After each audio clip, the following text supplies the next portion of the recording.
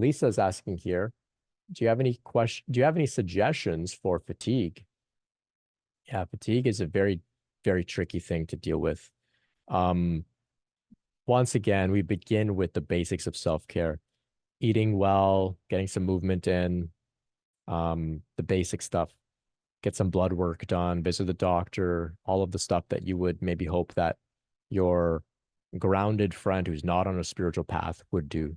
We do that to begin. Um, Sleep hygiene, getting that stuff in order can help. Then, then the next part is also to acknowledge we're going through a very, very intense spiritual transformation that affects us on the biological, physiological level. The nervous system is going through a lot of different changes. We're experiencing all sorts of different emotions, right? The mind's maybe racing through this process.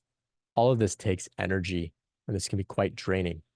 As well, sometimes fatigue manifests to force us into a period of rest so that the energy can do what it needs to do without distraction. So if we're constantly go, go, go, and we have all the energy in the world, maybe we wouldn't dedicate ourselves to going inwards. We'd be out and about, running businesses, doing this and that, playing sports, all this kind of stuff.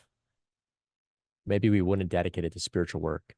So the fatigue comes to force us to do nothing but spiritual work, to listen to a talk, to read a book, to meditate, to relax, etc.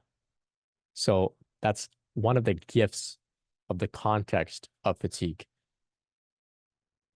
Doesn't minimize how difficult that is. It's very difficult. So that's why we must, of course, do our best to, manage self-care.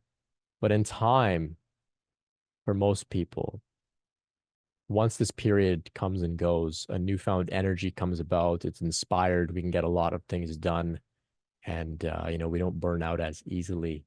But in order to get to those places, we have to establish some degree of self-care. So I hope that can help you, Lisa. Yeah, you're not alone. Not alone with that one.